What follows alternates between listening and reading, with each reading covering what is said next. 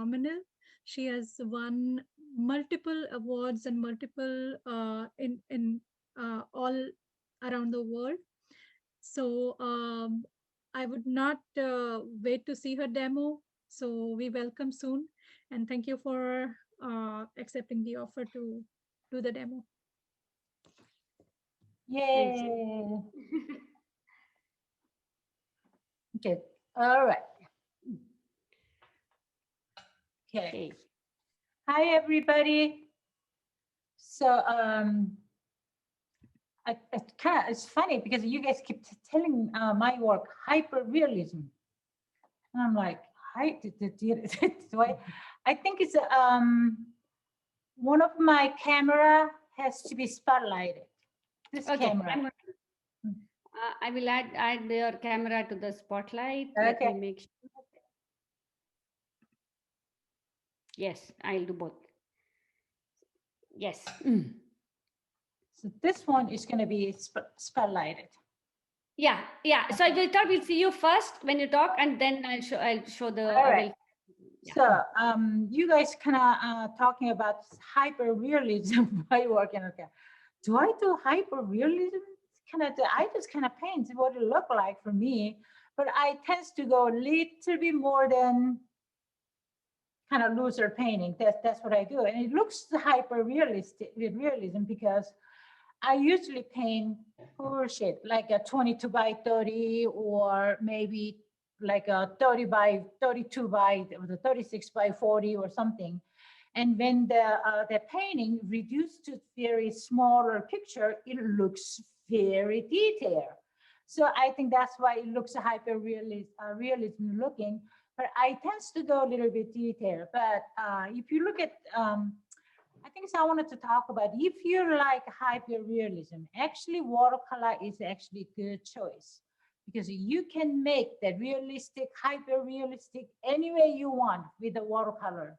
Much easier than acrylic or watercolor oil painting because we oil painting, because I do paint oil too. Oil painting, it is kind of a hard to make a little dot with the oil pigment. But watercolor painting is tip of my brush. I can go as tiny as I want it to be to make that hyper realism detailed painting. But actually my painting look like hyper realism, but it's not hyper. I just kind of goofing off all over the place and it look like realistic. So that's what I'm gonna show. So that's why I just kind of a little chuckling because you just keep saying it's hyper. Actually, people say, I hear about the hyper realistic and I'm like, am I? But how I paint is actually not hyper realistic. I just kind of spitter out things, kind of do whatever that I want to. The only one thing I do, kind of pay my lots of time doing things is I just clean out my mess and the final painting. That's what I do. I think that's why people think it looks hyper realistic, but kind of when I paint, I make the more mess, it's the better. So that's what I'm gonna say. What I wanted to show is kind of how I prepared my painting. And I have a drawing on it. And I think because another thing that I wanted to talk about is because I do paint realistic painting. I call it realistic painting. I do draw very realistic. I think it's lots of time. For me, I do most of the time that I spend more time in my drawing and finalizing it. That's when I go like tidy things up. But I think that's when I kind of spend a lot more time, understanding my subject matter. But between that, I just kind of splash around it because I don't want to make my painting to be looks too tight. Can you see? It's like if I just, because I see yellow, I paint yellow, I see red, everything is kind of bouncing off each other. It's just kind of hit each other. I don't like that feeling. So I just kind of let it flow all over the place and later, okay, just kind of slow down. I just kind of tie things up. So I think that's how I paint. It's kind of, so it look like hyper realistic. I think that's good because I don't even spend that kind of time. So what I do is actually, one thing is good with canvas, you cannot do that, but watercolor paper, I kind of have some kind of a thing going on here. I think I was making something and I was kind of doing some kind of demonstration for something, and other side was clean. So this is where I'm gonna paint. So clearly this is my back side, and what I have is, this is my beginning of seriousness comes in. I type my, and sometimes people ask me, so many people ask me about how I do this one. And I think I heard somebody said, actually it's in the YouTube, because I show this one with the Iris Network, and I think they say they put it out there, but I don't know where there is. Anyway, so I am making actually double tape, which essentially 1/3 goes in and 1/3 put it on top to make tube. So I'll show you what it look like. Can you see this one? It's tube. So this one essentially making, I'm making this one double tape. You see? And I think left over, I just kind of bend it over. I don't know why I'm doing this. Is it a 2-inch tape? What you're using is it 2 inches? This one is 2 inches, yes. So kind of buy 2 inches, because sometimes some people use that drafting tape, the skinny one. That is expensive, and that is not sticky enough. And that's so skinny, you cannot put this one in here. So while you are working on it, it starts lifting up. This one is going to be stay until you want to take it off. And I like doing this way because I used kind of making a joke that I am cheap, because you will see what I'm talking about. Because I paint all the way edges. And I don't like when people paint, I think so some of the people here, you paint the board or canvas. When you have 24 by 36, that's your canvas, that's your picture plane, right? And sometimes if you have a 12 by 12, that's your picture plane, you work with that 12 by 12 picture plane. But lots of time watercolor people who they tend to kind of paint all over the place, and I'm like, and they just kind of neglect the edges. Can you see? And our mindset, lots of time our mindset is, oh, I'm going to just kind of mat it over. Can you see? That is the idea, idea. I mean, it's not idea. The thinking process I don't like. I want it to be just complete from the beginning to end. So if I wanted to have this one is 11 by 15, and that is going to be my picture plane. I don't want to paint this one here and all of a sudden, oh, I don't like this one. Maybe I'm just going to mat it over. I don't like that concept. And it's kind of, I like it or not. I want it or not. So whatever did happen, I am going to work with this picture plane. So for me, painting is always in progress. It's never a perfection. So every time, whatever that I do, it's never ever that's going to be my end of the painting, because that's going to be my another way to accomplish progress of something new. It's some point I cannot mess things with it, and that's when it's done. But so I don't know. So when people who paint acrylic on canvas or board or oil painting, I have never seen anybody has that problem, their thinking process. But watercolor or people painting on paper usually have that problem. So when I have this one, can you see? I actually put this one. I always have on the board like this. So after I start painting, I don't touch my paper. I only touch my edges. So this is this one is my canvas. Think about it. When you're painting is your canvas. You don't grab your canvas on the front. You always grab onto the back. That's what you do. So, and I think this is for me this way. I think this is lots of time. Then how do you frame? And I think usually what I do is this way. If you think about it, canvas, we paper the size. Watercolor is exactly same thing. Lots of time, we waste our paper by covering this one up like ½ inch, something like that. You see? And when you do this one, you are losing almost inches, an inch and a half edges. If you just kind of get rid of, and I'm going to mat it over, you are wasting whole paper. This days, paper is actually quite expensive. So I like to use every corner of my paper. That's my idea.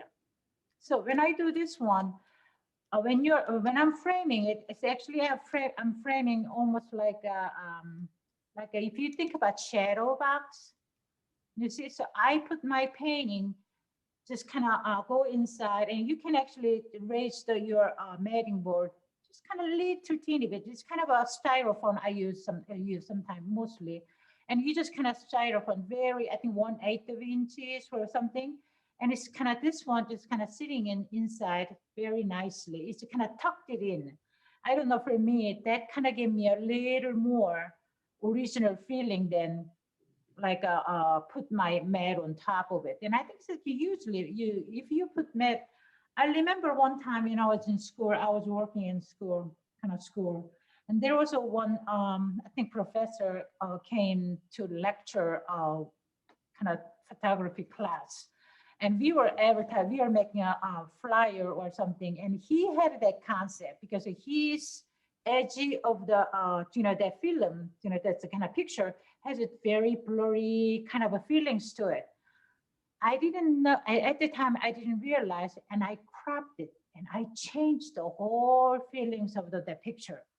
And I didn't think about this one, and I think it's just kind of, I cannot just kind of make all that kind of edges are being not clean, and it's kind of, I didn't want to print in a flyer or something, so I cropped it. And later I have to confess to him because I made it kind of, I apologized to him. I am so sorry that I cropped your painting, your photography, the edges, because he intentionally leave all those kind of unfinished kind of that look. And actually, I really liked it. And I think that's almost kind of reminds me of this, like a decorated edge. You see, it's kind of, I don't know, for me, that decorated edge. And I remember I had to apologize to him that I cropped it. And I always remember that feeling. And I wanted to have this kind of decorated edge. This one is I cut it because I was doing something. So I did this one, and then I should have done. And I wanted to talk about, this is how I prepare my paper. And these days I do a lot of demonstration, and I'm using my old paper, so forgive me.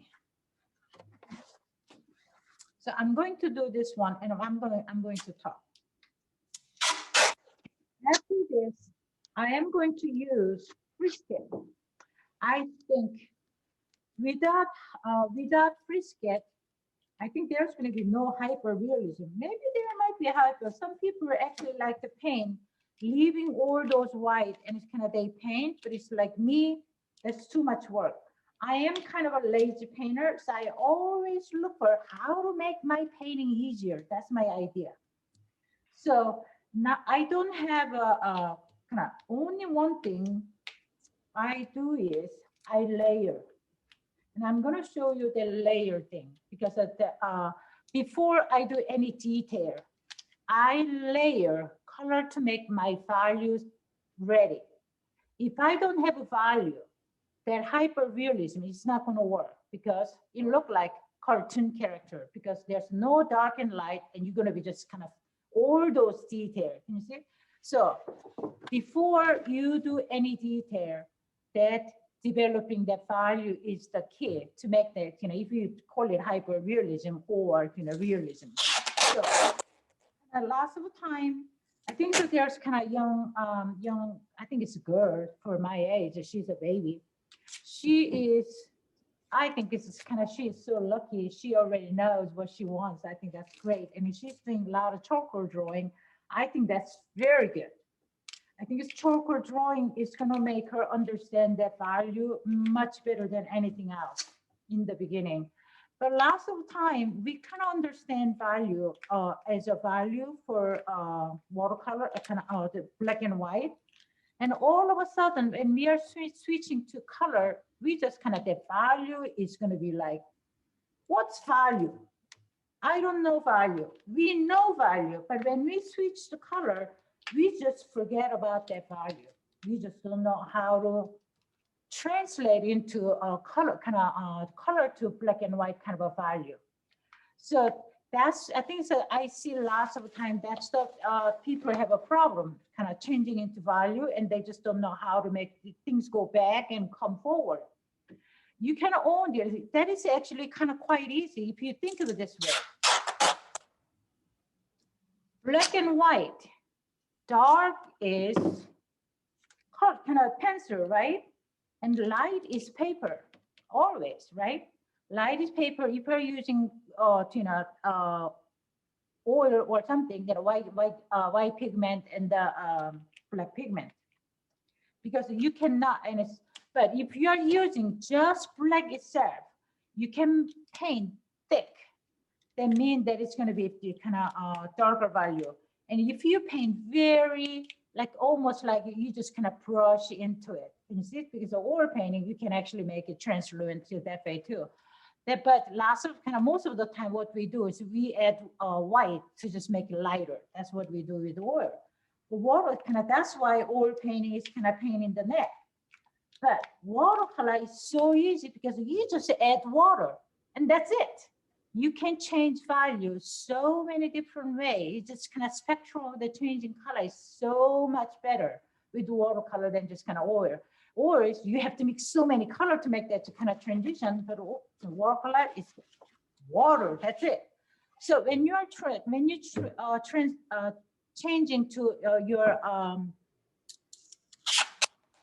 watercolor with kind of black and white color, always going to see, if you look at the value wise, if you look at dark green or dark red or dark blue, if you look at the dark, it's kind of, when you look at the value, it's going to be almost equal, just dark. That's it. You see, only one way to make it that lighter value is add water.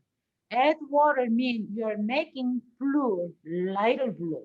You're making green lighter green, and you're making red lighter red. You see, that's the change in your value. So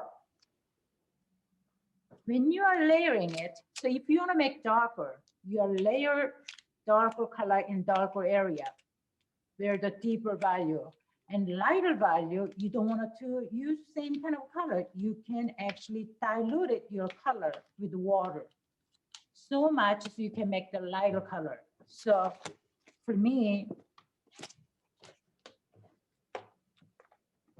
what I think kind of lots of time people say, oh, I paint oil because watercolor is too hard. They don't know what they're talking about. Actually, watercolor is much easier. Whatever you do, watercolor is easier. Yes. If we tape it like this, the paper will not buckle. It buckles, but it doesn't buckle as much as you put it on top. Okay. And another good thing is, because when I put this tape on top, when I'm painting my background or something, this one kind of start lifting up. And when this one lifted up, it's never ever goes, it doesn't matter how hard you press, it's going to be always kind of wobbly, you just kind of buckles like this. Because water is already kind of go under this tape. This is kind of unless you just kind of take this one, everything off and completely dry, unless you put it on it, it's going to be always that way. So when I put this one, the buckle is not going to be too big. This buckle is going to be a little minimum. And another thing is, because when I put this one background, some of the pigment is going to be go under, because I always paint all the way edges. But because the tape is on the edge of this paper, it doesn't go further than where the tape is. So there's going to be no run back. And you see, lots of time, because when you have kind of a lot of water or pigment left over, it comes back in. So you kind of push it back to make that run back. If you don't have a smooth application, that's the kind of a little bit, it's kind of effect that you don't want to have. this way, actually, you don't have run back. So it's kind of, for me, easier, kind of better. So this way, this is my canvas. I'm not going to neglect corner or bottom or top. I am always going to think this is my canvas.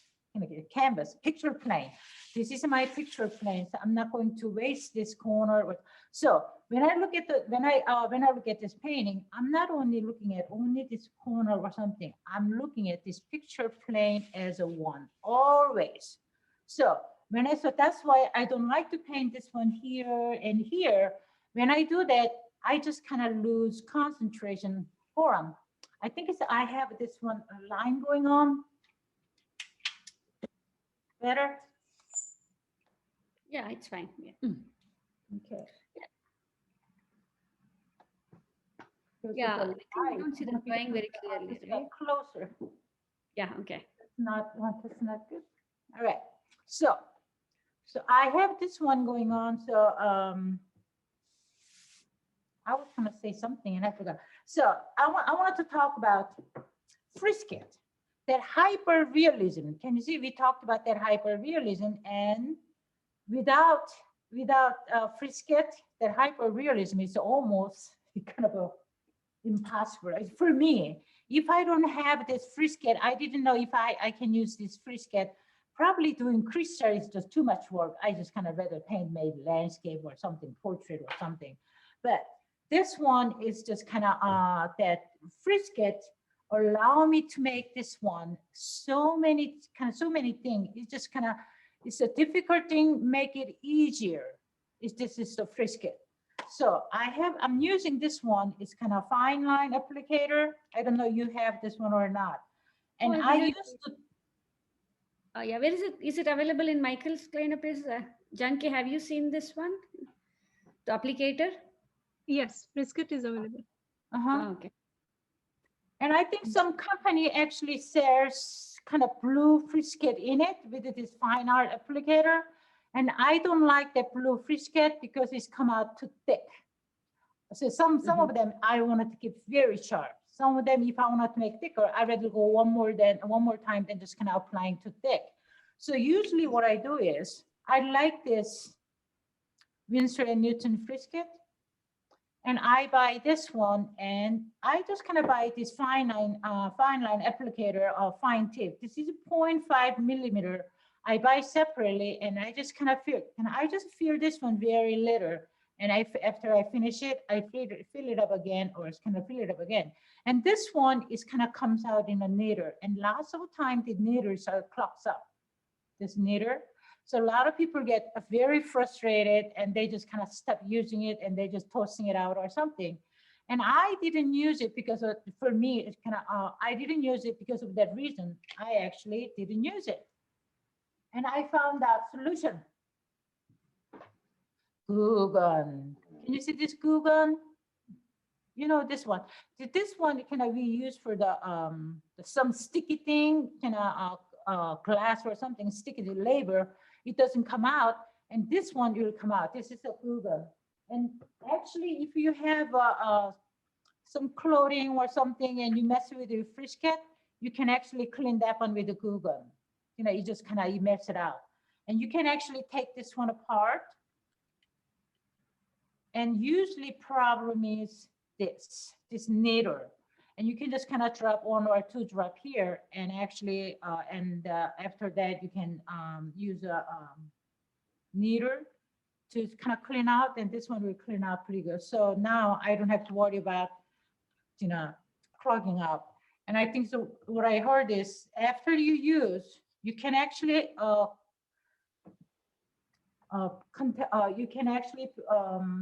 put this one upside down, then it will not clog up. So I think that's the tip that I think I have. And I wanted to have this one to use it. I got the air in it.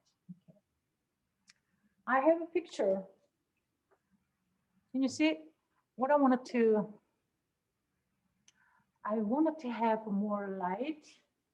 Can you bring it more closer to the camera, the picture? Yes.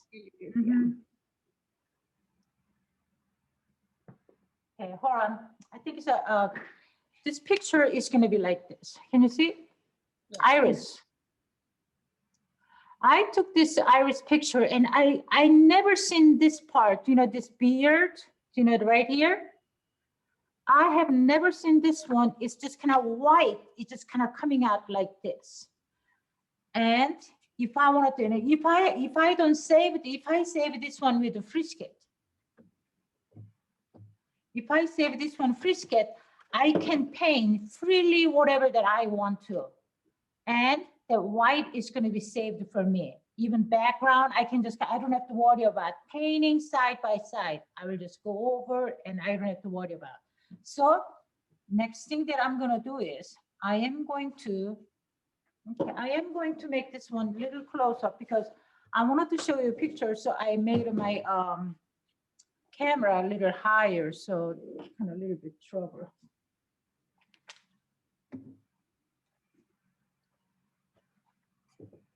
All right. So what I did was, because it's a lighter paintings, so I just kind of a little bit, so I just have a little bit of a hint of this. So I am going to save this. This one is almost like a very fine line.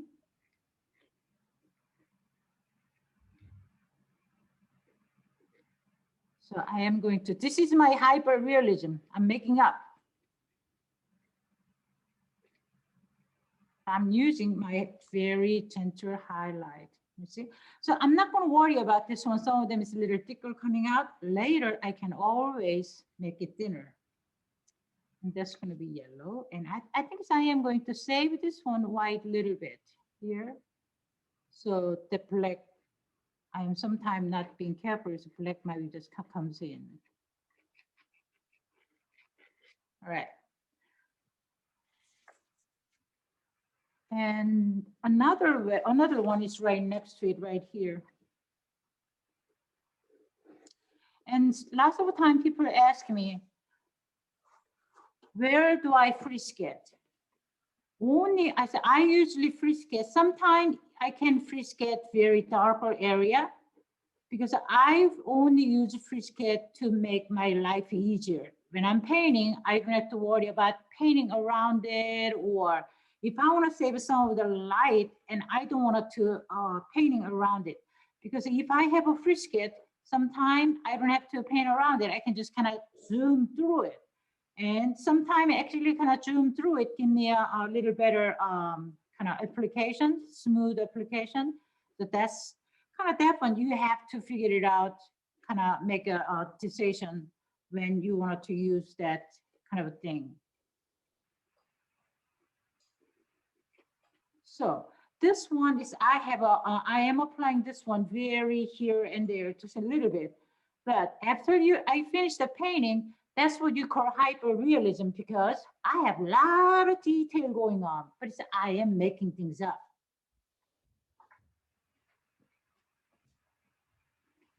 That's why I'm kind of laughing. Hyper realism, what am I talking about?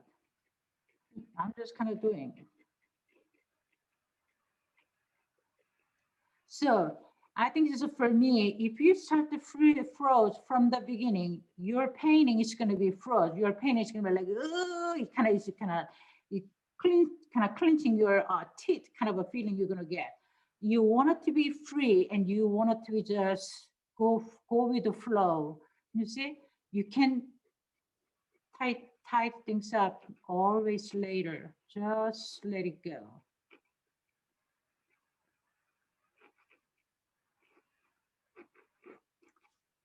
See, so I'm making these things up, and that's my hyper realism. Okay, actually, sometimes when I do iris, I like to work with the stems. Can you see?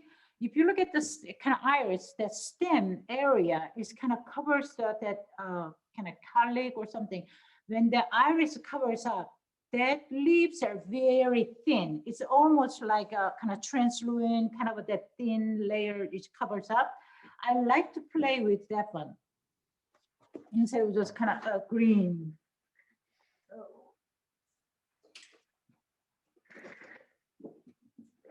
Right. Once you're done with this, you can, it will also be nice if you show your works. You showed us last on Saturday, the garlic one. I will, yes. Maybe I'm going to throw some color on it. Yeah. Because this is kind of white flower. Can you see? And it's going to be just a little bit boring. So I'm going to have this one a little bit.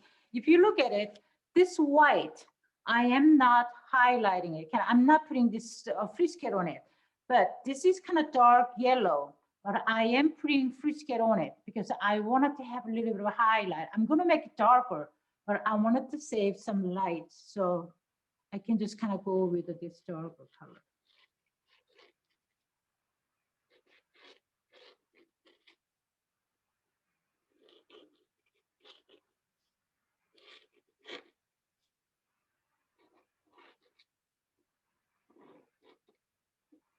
All right. I think this one, I'm just going to leave it alone. Maybe I'm going to have a edges. I am going to use a little bit of a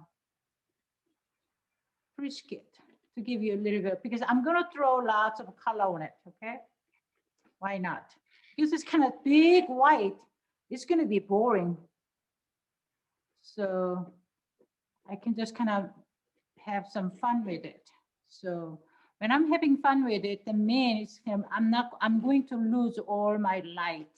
So this kind of if you look at this painting, kind of this picture, it look like a white, but it's not white. It has lots of a purple and magenta and yellow and green and yellow and all over, so kind of everything in it. So I wanted to just drop some kind of on it, okay?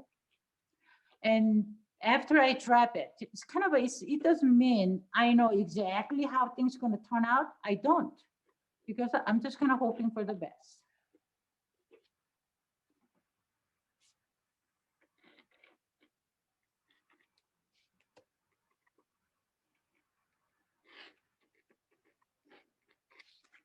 Okay. So do you think you'll be able to paint on this now, or do you have to wait for it to dry? Yeah, kind of after that, I will show this one a little bit, because it's kind of, I have to wait until this one dries out. So I am going to let this one dry, okay?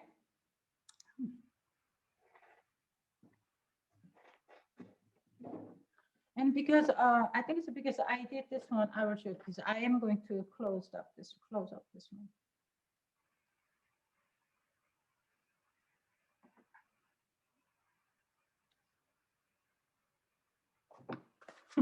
My remote control. All right. If you look, because I wanted to show you that picture, because I think I can explain that one better, because I have a kind of similar flower that I can actually show. Because over the painting that I did, this one is like a workshop painting, except this one. I just kind of have this one because you see this one, this flower is just kind of this kind of lighter color. Can you see? It's kind of salmony, kind of white, pinkish color. But this center is kind of little, center is always kind of little yellow. So I made it this one a little bit of a yellow, but everything else I made up. You see? So kind of there's some little different. This is kind of background is white, but other one I'm going to make background darker. But I think this is kind of, I might make this background. I think if I have another painting, I might make background darker. You know, sometime. But if I make background darker, I might have to make this one a little bit darker. Can you see? So that's almost kind of same technique. This is kind of white. I have a white flower. Where's my flower? The picture. Can you see this one? And this picture, I should have had this picture. This picture doesn't have any color at all. I just made up, because of all those things, this one here, I just kind of put things on it. Otherwise, it's going to be just kind of blank. And when I look at this one, I see the center is very fun and interesting. If I kind of get closer, can you see this yellow and red? Yeah. And it's kind of a little bit of a purple. That's it. And it's kind of green. And there is almost no color to it.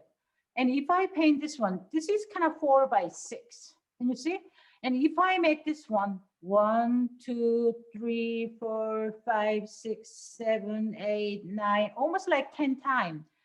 This, if I don't have this any color, this is gonna be like duh, and there's gonna be nothing. You see? So I don't like that kind of nothing going on. It's just kind of too blank and nothing. I rather have something, some kind of things going on here.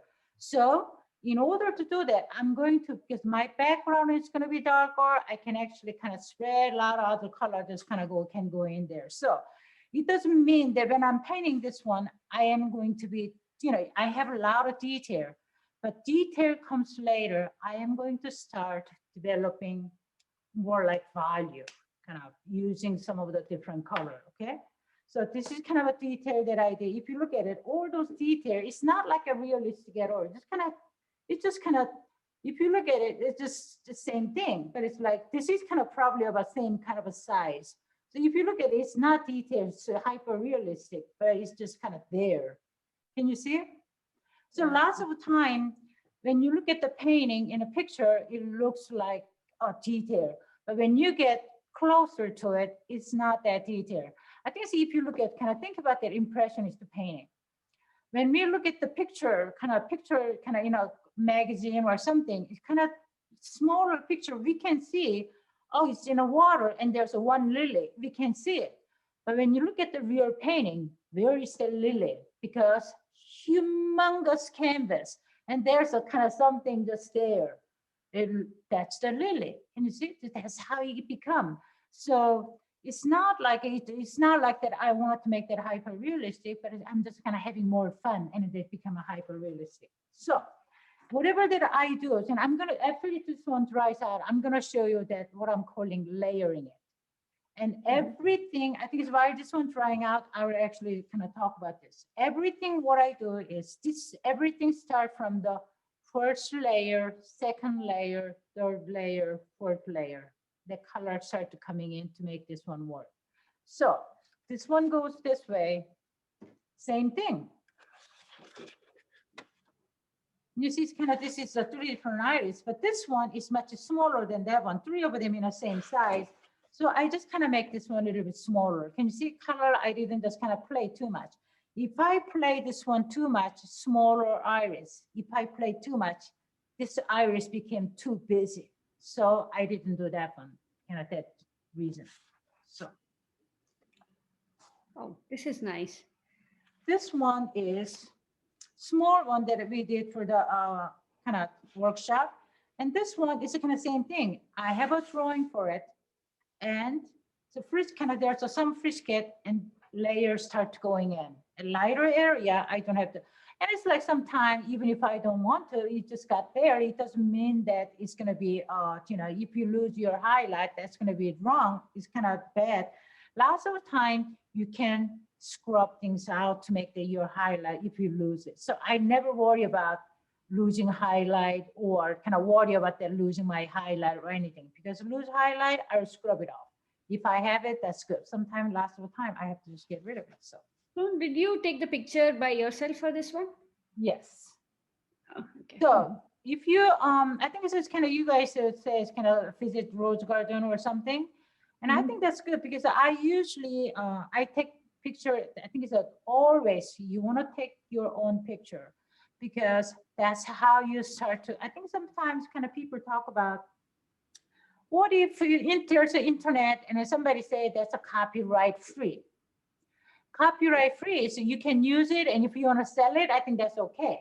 But only one thing you cannot say, I think that there's a lot of, I think it's only one thing you cannot do is, there's a lot of competition going on, you know, in the watercolor world. And usually that prospectus says, your original work. That means you are not supposed to use somebody else's photo, even if that's a copyright free. You cannot use it. That's another person's photo. So you cannot use it. So I take this picture by myself, and it's kind of put in a window, kind of where light comes in. That's what I use. But if you go to Rose Garden, you say you're gonna go to Rose Garden. Yeah. Go early in the morning, maybe. It's kind of preferably, I think it's kind of, you live in California, so dry. kind of, you want to go very early because when you dry, the color doesn't come out as good as you want it to be. But I think when you go early in the morning, and I think there's a little bit of dew in it, kind of after maybe if you have a little bit of a kind of rain night or something, that's the when you're gonna get most beautiful color of your kind of anything when you take picture, because when you take picture, there's a air, there's some little bit of a moisture in it. It just kind of sparkle to your image, whatever you take picture. You see, so early in the morning is the best. Noon or 1 o'clock to 3 o'clock, you don't want to, you don't even bother to take picture because it's going to be washed out. Can you see? And I think it's a 4 is actually in the kind of evening. It's okay, but I think it's, you guys live in California. Evening is going to be all bone dry. Can you see? It's kind of, it's going to be okay, but it's going to be looks a little dried looking. It's not going to have the vibrancy to it. So if you want to see the vibrancy, you want to go all in the morning. That's the best time. Okay, that's a good tip. So we will. We have to see what time it opens. So I think we should plan to go early. Yeah, I think when they open, just kind of walk in. I think that's probably best. Okay, very good. Very good tip. So it kind of when sun hits it, and I think that's where you want to take pictures. So I think it's the early morning. I think that's the best way. So this one, I usually take picture from my window. And if you have a kitchen window, if you have a east side of the window, that's the best place. But sometimes if you have a kind of very nice sunny, like any side window, so kind of sun comes in a little bit, just kind of play with it. These days, our cell phone takes beautiful picture. Can you see this one? Actually, I use a regular camera, but this day I don't even take out my camera because that thing is heavy and I have to change battery, all that crazy thing. Cell phone is taking such a great picture. I think I am sure, I'm certain mediocre photographer I think a cell phone is doing much better than mediocre photographer in, I think, 10 years ago, I think. So for me, that's best. So kind of use a cell phone. And another good thing is you can just use it. And if you kind of look at it and, oh, I don't like it, delete. And it's kind of take a picture again. You see, that is the, we have that kind of privilege and use it as our advantages. Okay. Team, FALC members, please see all these things and let us know what interests you when we do the workshop. So, yeah, Janki and I have some ideas, but we need your input. This one is, I already painted, so probably I'm not going to paint. I'm just kind of giving you the idea. And this one, this one was actually a step, kind of person to person, kind of. I have step by step to do it. But I think this one was kind of workshop piece, so I did. So. And this one was workshop piece too, but I think this one we actually did, I think it's kind of San Diego, I think. Wasn't it San Diego or other places? I did this one for the workshop. Can you see it's kind of, we can finish this one. I was kind of so surprised that we were able to finish this one within 2 days.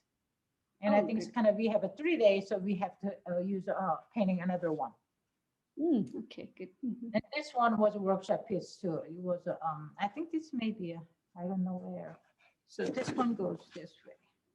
And you see, so kind of when I don't like to do the same thing over and over, kind of flower, but I like to use kind of different kind of a flower. And it's the main thing that I use. So this was kind of another place. I don't know.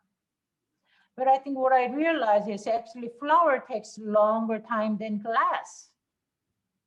Because it's kind of every nook and cranny, I have to attend to it, so flowers. So. Oh, wow. This is very good. So much of details.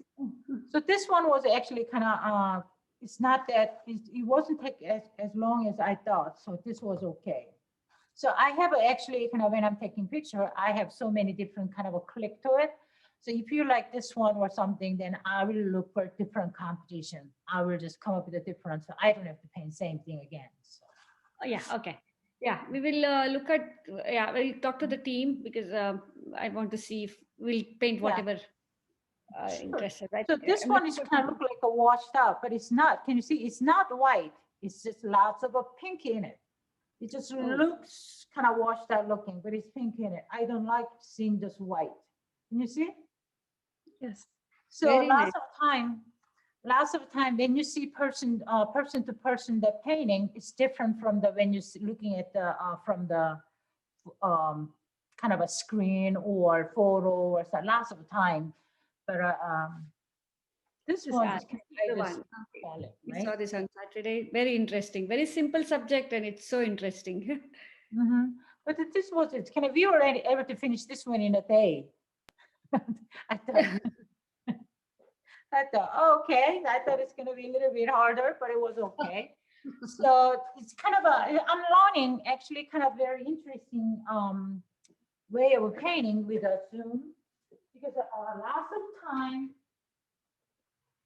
people ask me how long does it take to paint, and I'm like I don't know, because my answer was usually I don't know because I never ever sit here and painting for 5 hours or maybe even 4 hours. I paint a little bit. Oh, I'm sick of this one. I just go out doing something and doing something else, and I just kind of do it. So I am more like a popping around all over the place. And when I do Zoom or like doing an online workshop, I have to sit here painting, and now I know how many hours it takes to paint. Before I never knew. So this one is kind of dry. So let's paint. Why not? Nice. Team, we're all been quiet, so you can ask questions if you have. Feel free to ask Yeah. questions. And I need to clean my. So, I have a question. All your paintings look very luminous. I have done not too many watercolor, but what I miss out in watercolor painting is the luminosity. Uh, I don't see the glaze or the shine coming through, which I see in your paintings. Is there something, did you seal it with something that brought that glaze to it? Because luminosity mean is kind of that comes with layering it, and it's kind of what kind of a color you are layering it. And I do this one actually with kind of oil painting too, and kind of I paint tangerine, the light coming through. Actually, somebody was kind of like cover the light to see if there's a light is actually making the light. It's not, because you are using, okay, luminosity means, okay, if you want to sparkle, you want it to leave white. If you want to have luminosity, yellow, glowness is yellow. And you want it to luminosity means you layer. You see, you layer gently, kind of many layers, and you're gonna have all those color. I think that's kind of part of the watercolor, because I don't like light oil painting because I paint dark, and I think it's just kind of a lot of people in the beginning, they kind of look at my painting and they think it's kind of acrylic painting or oil painting. I said, no, it's a watercolor painting. They just couldn't believe it. It's like, how can you make this so dark? Like it's so vibrant. I'm like, it's in the tube. It's all the colors in the tube. But only one thing I can say, I just kind of making a joke about it, but that even if it's kind of dark red, one coat, when I apply it, when I see this white coming, white is very strong color on this one, you know, so kind of for the watercolor. In order to make your upper color you have to play with what's, you don't want it to just kind of make white coming out all at once, and everything is same. So you just kind of have to I wanted to talk about this one. I think I want you to paint. Yeah, we should start painting and then we'll see. Yeah. I'm gonna talk about, because pain is good, but it's like sometimes that idea behind it.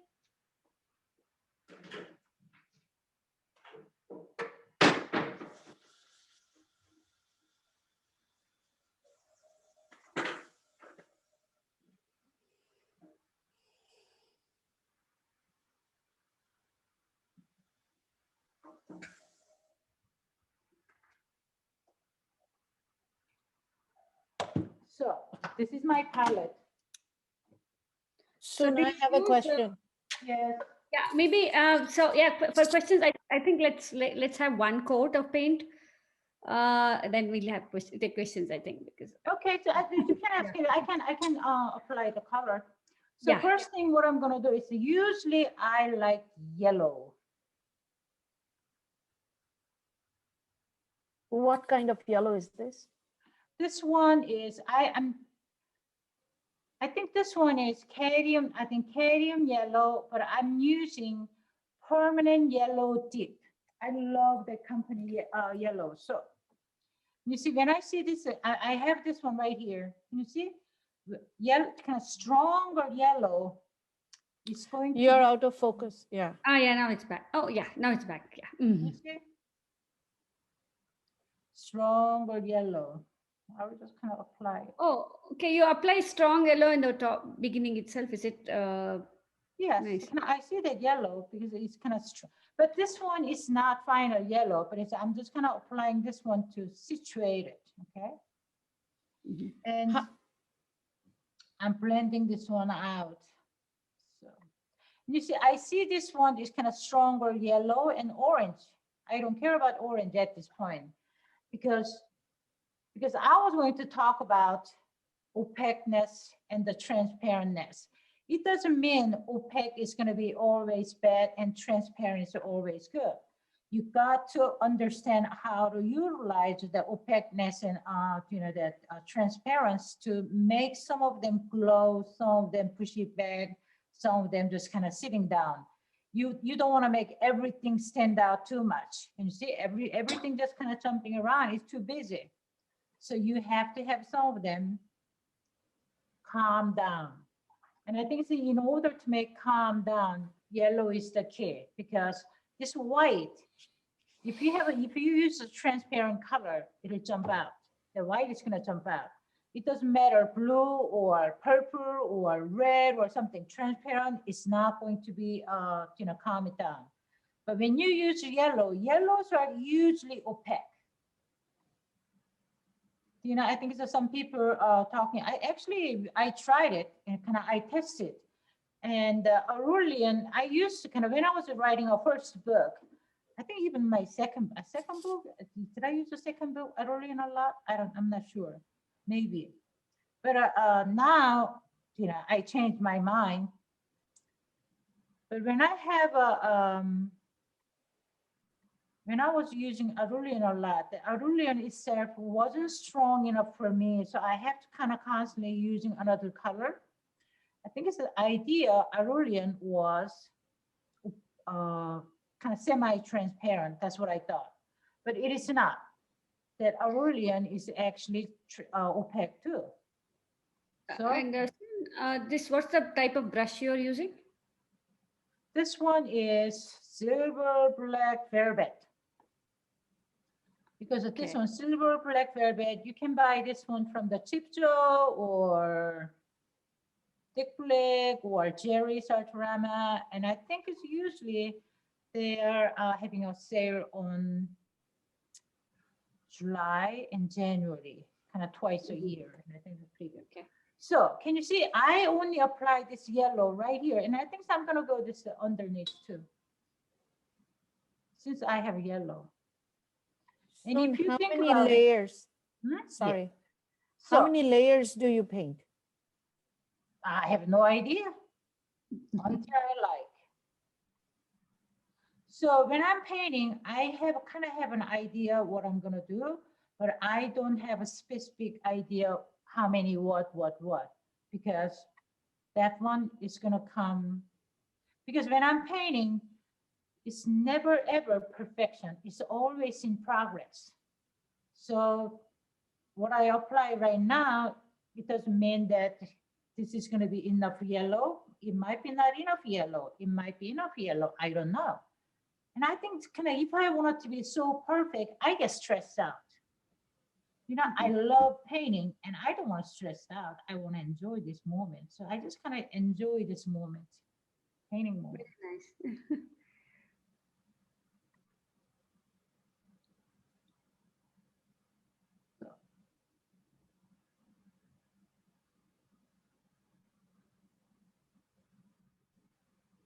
Right. So, so do you then apply the background at the end, is it? Not in the beginning. What was it? Background?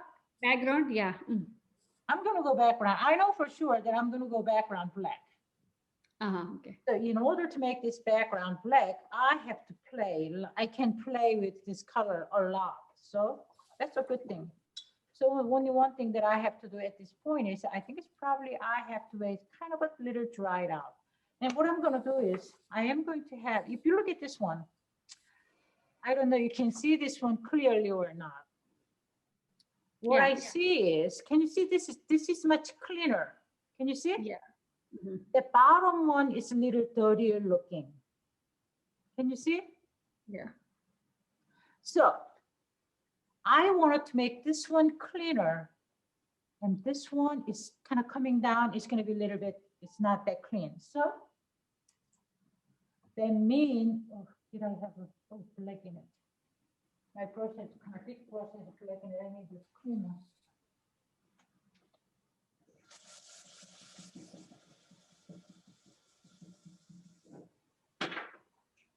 That one is going to fix it right.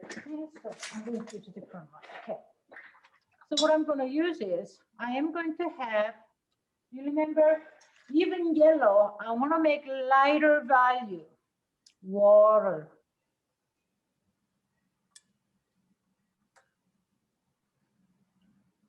Lots of water.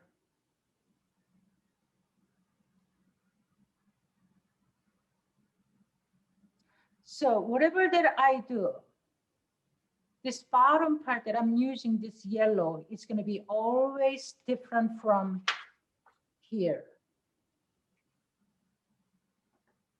Because it's this very lighter yellow. So it's not going to spin. I think I'm going to go this one all over the place. Because the background is going to be darker and I don't want to draw the line like this. And I think this might be a good idea that I wanted to show you how to blending, kind of feathering it, blending it. That is actually, I use this one, feathering it, blending it all the time. And lots of the time, watercolor people are kind of coming in, they just won't understand. Can you see these hard edges? Can you see? So what you have to do is clean my brush with water, clean water. Okay, this is my dog board. Can you see? I didn't steal it from my dog because I bought it, this one. Okay, this one is clean water. I clean my brush and tip of my brush, I'm blending this one out. So I am not going to have this hard edges. I don't like these hard edges. Can you see now? I don't have to worry about this area being standing out too much. Because if this one, I just leave it there, it's kind of my constantly stands out. So I don't want it to see this one. Right? So I'm gonna go do this one, exactly the same thing on this one too.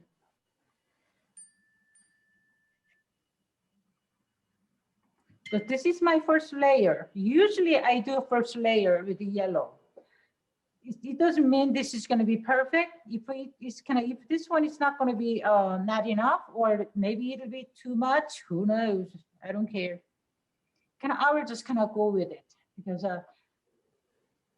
there's no such thing as perfection. Okay, so when I think about that way, it just makes me free, joyous and free. Because if I want it to be perfect, it drives me crazy. It stresses me out. So I'm going to blend this one out.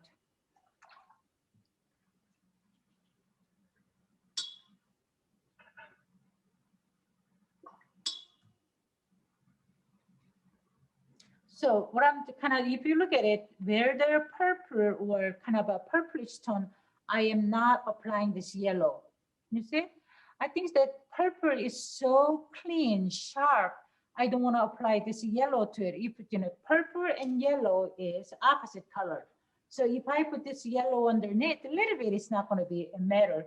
But if you have a stronger yellow in it, it's going to be muted color you're going to have. So And I think so far this one kind of drying out. Let's go for dark. And I think it's I see a little bit of a yellow on this part.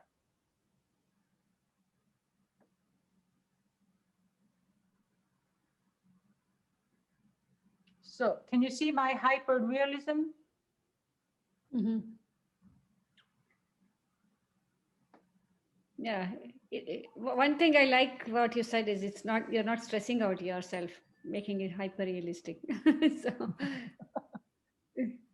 I said, okay, if I wanted to make hyper realistic, that's a later. If I wanted to do it, it's like now I wanted to make this all those later.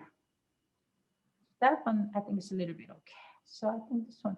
Can you see? Even I applied very kind of hard to see in a screen.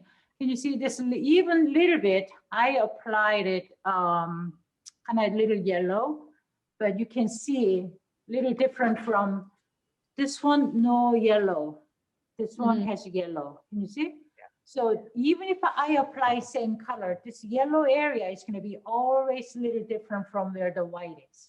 So the whiter area doesn't mean they're white. It's not. So I think I'm going to go with this a little bit of a kind of purplish, maybe magenta or purplish tint to it. And it's only one thing I wanted to do it. I wanted to dry this one a little bit, okay? So if I don't dry this one, it's going to be clash it. I think it's watercolor. If you want to make these realistic painting, always make sure it dries before the next layer. Okay? That's the key. If you don't dry it, undercoat and top coat is kind of mingles it. Usually makes what they call mud, or just kind of different. They just kind of fight each other or something. And it's kind of that a blossom happen. So many things happen. But when even if you made a mistake, let it dry, and you have so many different options to correct the problem, whatever that you think is what it is. But when it's wet, if you think it's this little problem, when you start kind of little problem like this, and when you start touching this one, it's going to get bigger and bigger and bigger. Just let it be. Okay, I'm going to try this. Mm-hmm.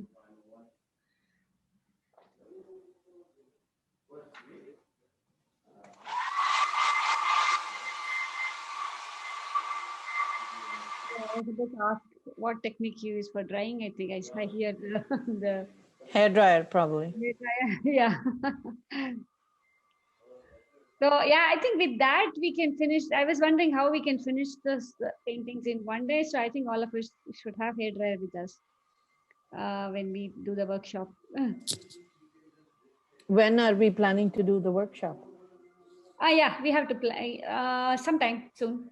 We haven't decided. We just talked about it on Saturday. We are just giving you a heads up that we are planning for one. Awesome. I don't have the dates fixed yet, because it's possible to do it over Zoom, so it's very convenient. So we'll see how. We are still thinking whether we want to do one full day or 3 hours, 2 days, like that. So we're looking at options. Very good, yeah.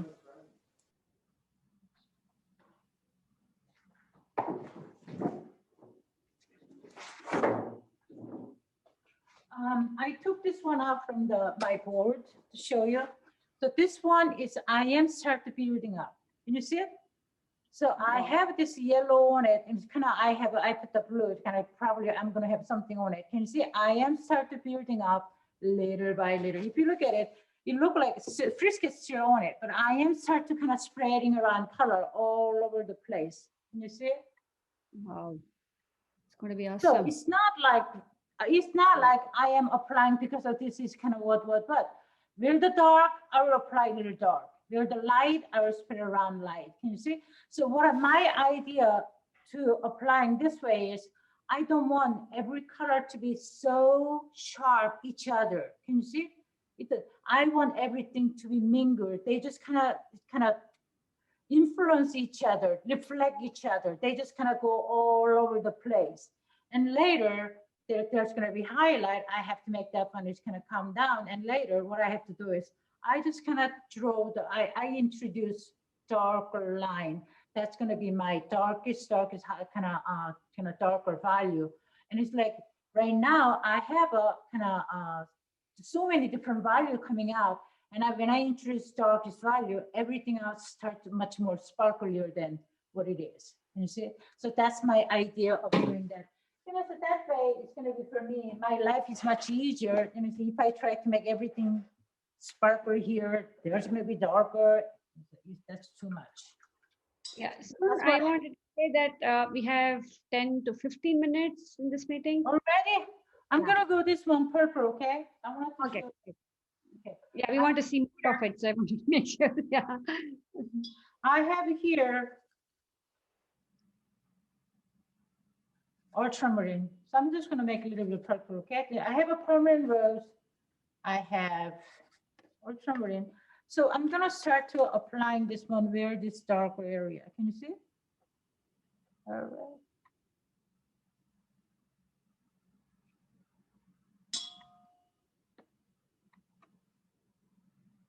So where it is darker. So at this time, I'm not doing any detail. I'm just using color, blocking it.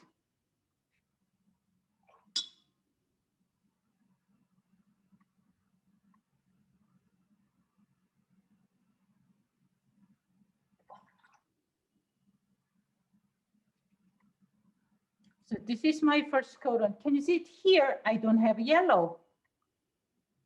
So that area is going to be much cleaner, purplish looking than bottom part.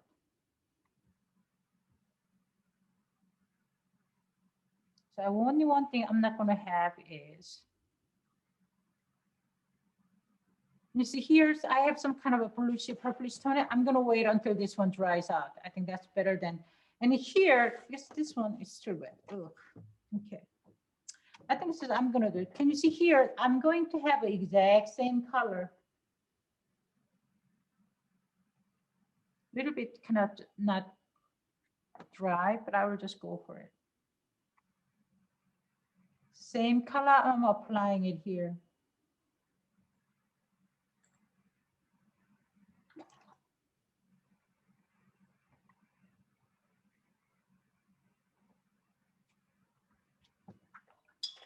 Can you see the difference?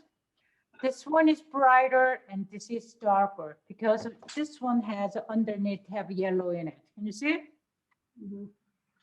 So that's how I develop my color, kind of bring it up.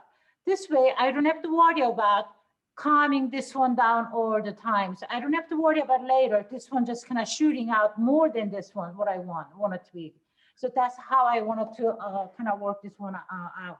So this is kind of I think it's the most important thing is layering it to kind of have the value set. And I think setting the values, if you want to have it darker, usually if you look at something just kind of push it back, there's a yellow in it, or it's kind of burnt umber or kind of yellow or something to kind of push it back. So we have a little bit of a detail. Wow, this is my favorite. Yes. So if you look at this one detail, I actually kind of work on this one. It's a little bit here, kind of today to show this one. And here I scrub this one here. Can I say I have this one? Kind of I made myself. Okay. I think it's mine. Was Yeah. mine? No, it's fine. You go. Please go on. Yeah. So what I'm trying to show is I use a scrubber. The painting is kind of, there's so many things to show, little knick-knack, all that crazy stuff. So here, if you look at this one, it's kind of flat. Can you see? But if I want to make this one a little bit not flat, I am going to, instead of saving this white when I'm painting it, I just kind of paint flat. And I'm going to take this one, scrubbing off little by little to give this highlight. Can you see? This is much easier than I try to save this white. And then it's going to be my. Yeah, how do you do this? Just plain water? Yeah, I am using water. Can you see this one is scrubber brush? A little bit, I think people who kind of the Bristol brush, synthetic Bristol brush, the kind of if you have a old and Bristol brush, kind of just trim it off and just wet it, and I'm just kind of putting out this highlight to give a little bit of a not ironed perfectly. So this one I use. Using Trisket here, you're removing the white to get the whites, Yes. is it? I'm scrubbing off this color. You see, otherwise you have to save this one when you are painting. And Frisket is just too much. If you try to save this one other area, you are not going to have the smooth ironed kind of a feeling you're going to get. This way, you actually scrubbing it, its kind of effects are much better than you try to save this. Can you see? So this is kind of my tweaking. In the beginning, I just kind of spray around, and later I just kind of put it back. Some of them I just kind of take out a little bit to just kind of see it's kind of in and out.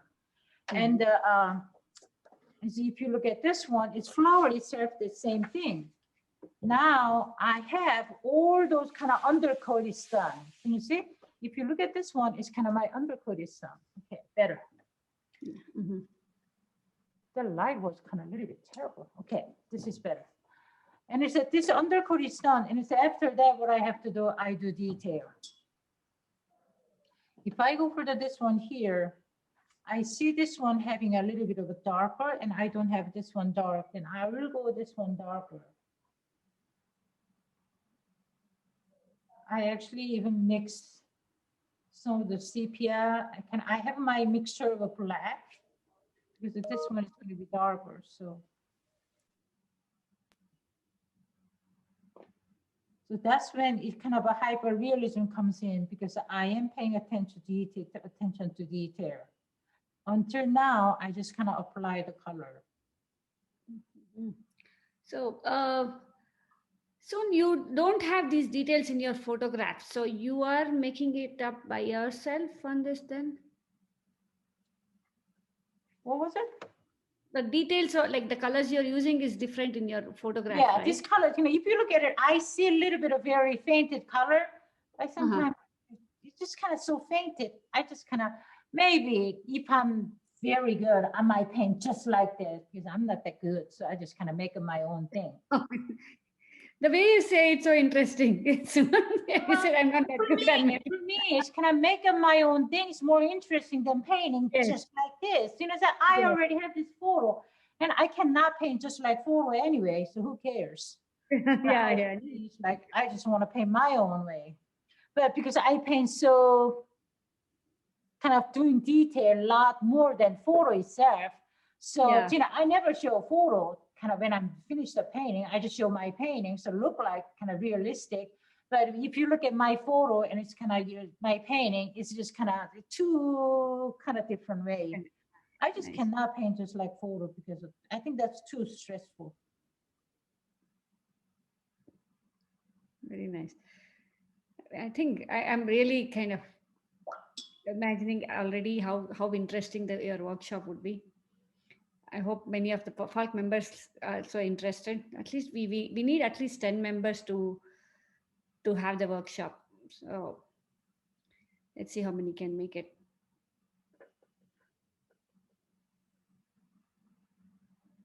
I'm sure Janki and I are in, so we need 8 more. I'm in too. Oh, yeah, good, Vishaka. You see, so I'm making this one, and I think so if I wanted to have this more detail, when it's wet, I cannot do it. I have to leave it alone, and I have to move along other side. You see, I'm gonna go for this one.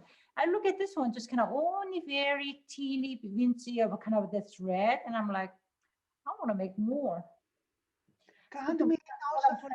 When I say this way is because I try to, lots of time when we are painting, I am scared. I hear about that statement all the time. And I'm like, why? And because like, I am scared because it's not because pain is going to eat you up or something, because we usually kind of fear because we want it to be perfect. We don't want to ruin this painting. I did so good until now, and like, I don't want to paint. That's when we froze. Can you see? But that's when you froze. You are not going forward, step forward. You are just kind of sit right there. And it's usually if you stay right there all the time, you never grow more than what I am at this point. So I have to train myself all the time. Oh, who cares? I'm gonna go for this one. Can you see? It's almost like my mantra. Just like I am doing it this way. I'm just gonna go. It's sometimes it doesn't mean that I don't get scared. Sometimes I think most scary thing is like this thing is so good, but I fear I wanted to do more, but I don't know what to do anymore. But sometimes when I just feel like, oh, this is so good, it's not good enough. Everybody can do it. It's so pretty. Can you see? Everybody can do it that much. But we have to do more than just pretty. You see? We have to go a little bit crazier. If you I think I want to talk about this one before we finish this one. Does anybody know who's Grandma Mose? You don't know? No. Oh, you don't know Grandma Mose?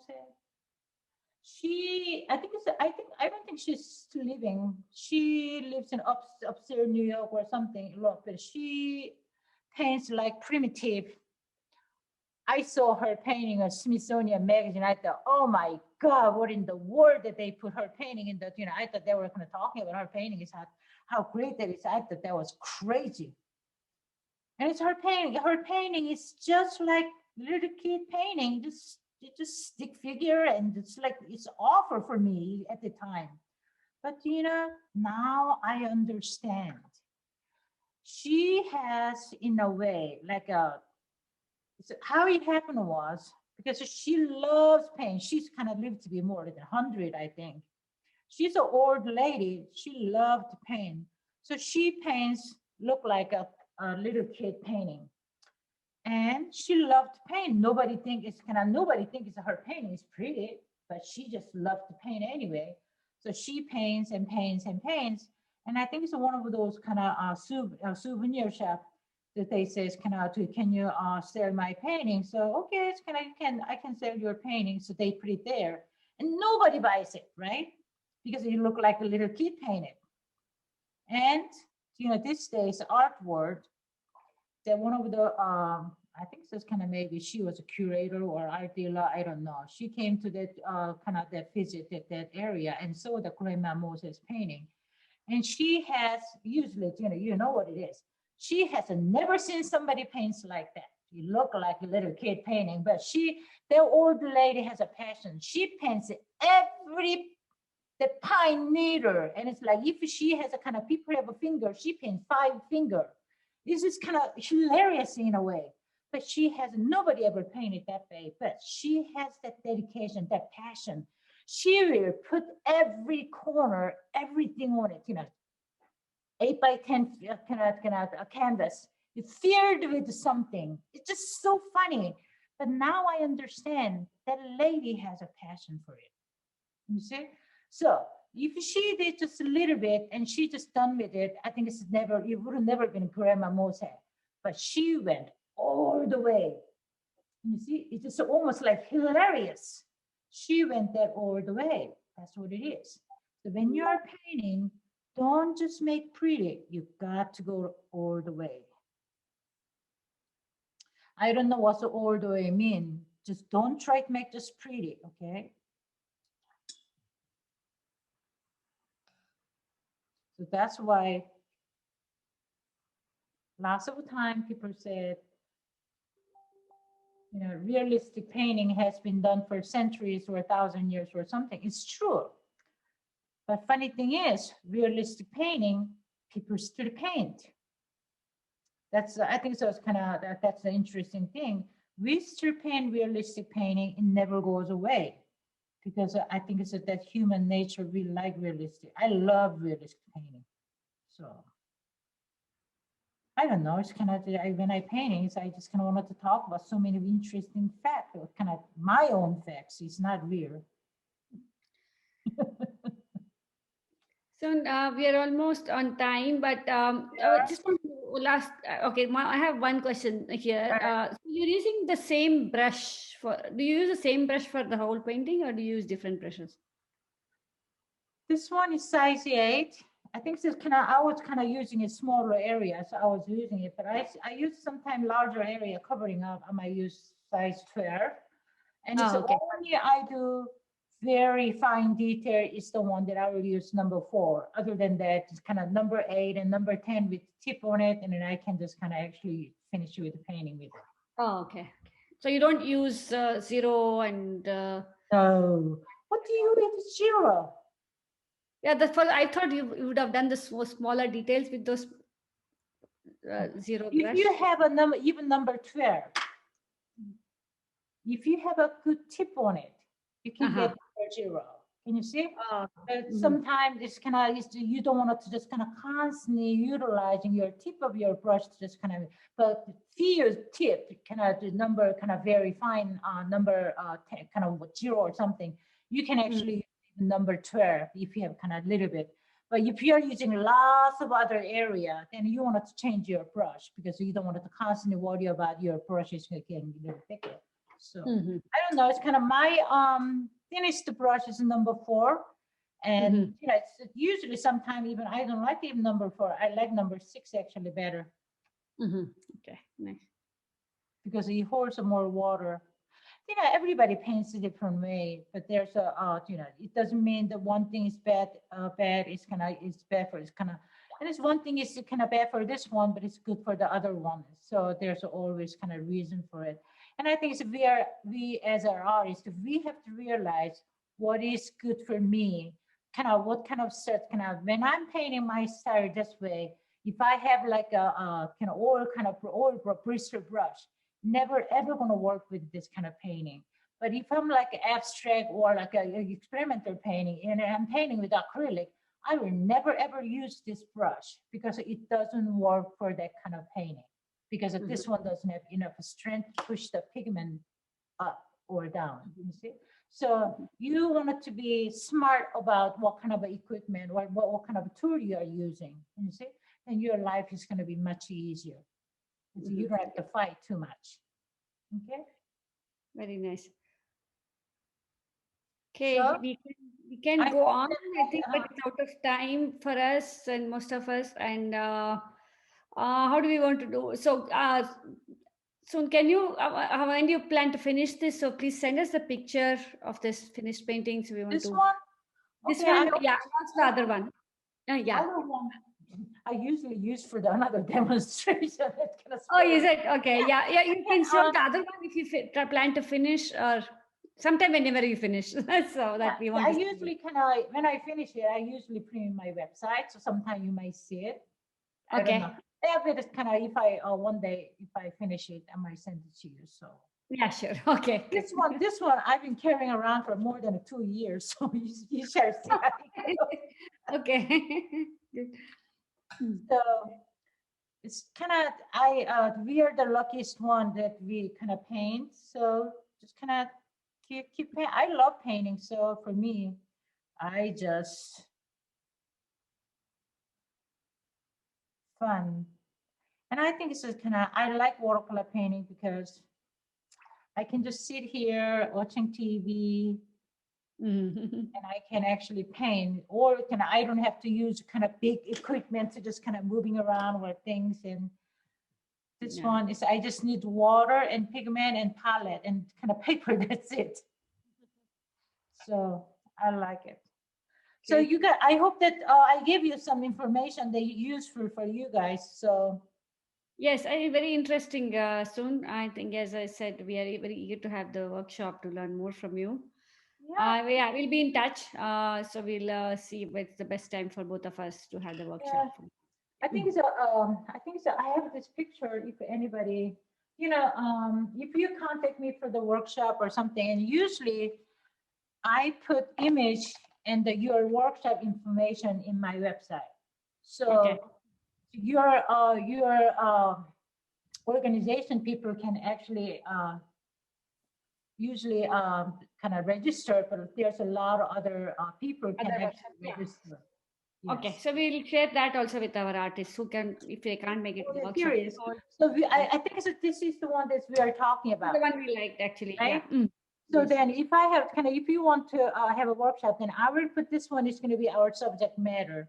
And I'm Okay. gonna put this your information, and this one is in my website, the workshop Yeah, kind of Okay. information. So if anybody like, and I think if you are open up for the workshop, and it's gonna some of the people might interest in it can sign Yeah, up. sure. Yeah, Okay. we can open it up. So yeah, first preference will be to our members, and then we'll open it up for the outside also. Yeah, Just kind of let me know. Then I think before I usually kind of go to Facebook, and it's like, and sometimes New Zealand, and it's all different country people actually enter, kind of register. Sometimes like, what are they doing? There's, but sometimes we wanted to learn, and we wanted to know kind of how to paint, and it's we just go learn to do it, and you learn to just do it. So I think that's our passion, and I think it's without passion, it's nothing. So. yeah, sure. Soon, can we have a couple of options, and can we finalize it for the workshop when we talk? That's also possible. Janki, like we thought we'll decide on this, but if you want to choose some more, we can. Yeah, we can talk. We can have we can talk to it soon and decide if you want to see some more options. Yeah. Yeah, sure.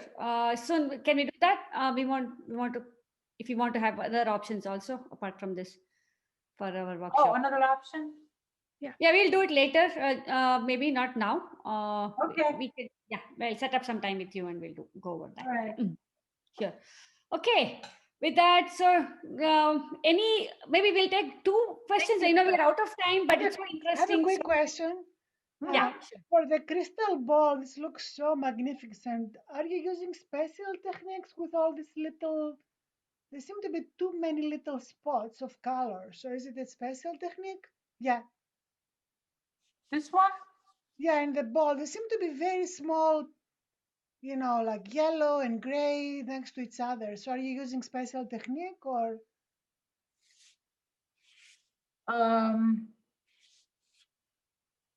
Could you ask me again? Are you using any special technique for the ball? Because it seems like To kind of this one is the kind of same thing. If I wanted to apply some more yellow, I can do that too. This is. I do I you just have a wanna masking is you have I removed, have right? can you see if you can see some of I masked some of them, and Uh-huh, I yeah. add all sorts of different color. And you see this dark. That's when finalizing. I use my black to decorate it. Can you see? I Okay. call it decoration. I call it my doodle. You see, it's Mhm. kind of shape by shape. So that's how I do it. So yeah, this looks so when I do crystal, and that's what this is that kind of glass. But can you see if you look at this one doesn't have any kind of a color. Can you see almost no color at all? And I don't want to paint just like no color. I just kind of drop all sorts of color in it. And you see it, you want to have fun when you're painting. You don't want to be too serious. Okay. I think it's when you're having fun, at least you had fun. It's nothing to show for, and I had fun, right? That's my idea. Because if it's kind of too serious, then it's kind of nothing to show for. And I am so I get stressed out and I get so tired. But it's like when I had fun, at least I had fun. So We I go for two more questions because I didn't get to ask. So yeah. Yeah. So any more questions? I have one last one. If nobody else has, do you have any like a special brand of colors you like more, or Brown? what type of colors do you use? Which brand colors do you use? Yeah. Oh, what brand? I use Winsor and Newton. I think some color. I think it's maybe I will talk about the color because some color I like Winsor and Newton. Some color I like Mission Gold. Yellow I like Mission Gold, and red, Origin Crimson, and Permanent Rose I like Winsor and Newton. Okay. And sometimes we get I have a indigo and sepia. I like Winsor and Newton actually. They're the better. They're the best, better. I think especially sepia, I want to get it Winsor and Newton. Indigo, Winsor and Newton, or other company might be better, but usually Winsor and Newton is better. So I don't use many colors. I just use what I call yellow, I have a Aurelian, but it's kind of, I wanted to use it up. So this is my yellow. And I just kind of use a little bit of a blue. And I use the Ultramarine. ultramarine in it, but this is my red, and I use red is usually Carmen Rose and Arlesian Crimson, and this one is a Scarlet Lake. Scarlet Lake is kind of orangish red. It's kind of same as cadmium red or vermilion. You see, I think it's all people use a vermilion. I think kind of sometimes we have that too. So after that, green is a hooker's green, Prussian blue, and usually like an indigo and sepia. That's it. Okay. So I don't Thank use you very much. Good. Very interesting, Soon. I think all of us enjoyed your demo. Can I- we'll learn Could I from. ask one question? Sure. Just really quickly. So I found this on Facebook. I thoroughly enjoyed it. How do I keep track of you? Like if you do a workshop, will that be, now that you have my email address, will you, Okay. yeah.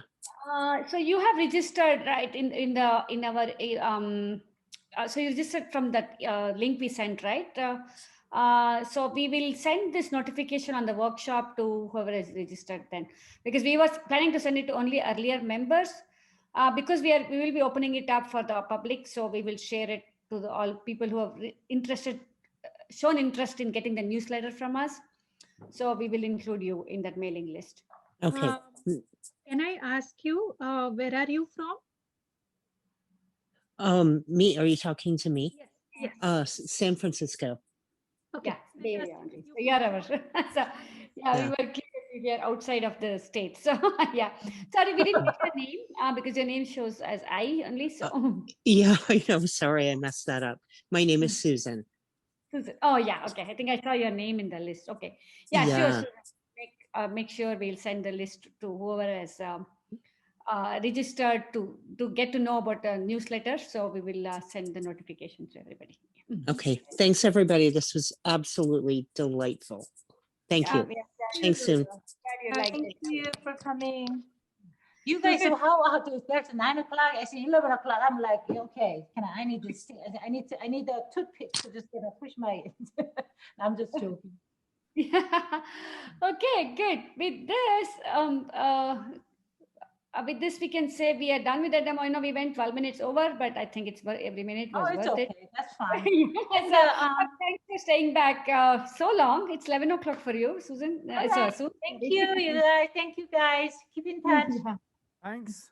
Thank you, Soon. Bye. Thank you. Thank you. One more last thing. So we want to announce the artist of the month. We want to make sure we don't. Thank you. So we're going to announce it right away. So let me thanks Saikat for following up. Let me make sure. Yes. So as we said in the beginning, so we have only one category this time, and also we have only 2 awards. Second place goes to Hadi. So Hadi, go to you. Can you show your picture? We want to make sure we.